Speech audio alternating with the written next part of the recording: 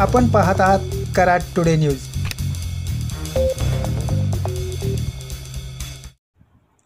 कोयना धरण पाणलोट क्षेत्रासह सातारा जिल्ह्यात सर्वत्र गेल्या 3 दिवसापासून पावसाने पुनरागमन केले आहे। आज सातारा जिल्ह्याला रेड अलर्ट जारी करण्यात आला होता। आज सकाळपासून पावसाने दमदार हजेरी लावली असून कोयना धरण परिसरातही पडत असलेल्या पावसाने धरणातील पाणीसाठा गतीने वाढू लागला आहे।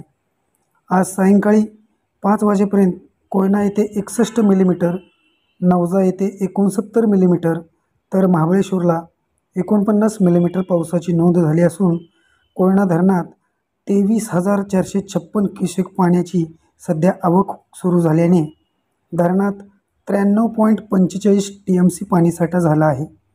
सातारा जिल्ह्याला उद्या ऑरेंज अलर्ट तर परवा येलो अलर्ट जारी करण्यात आला आहे।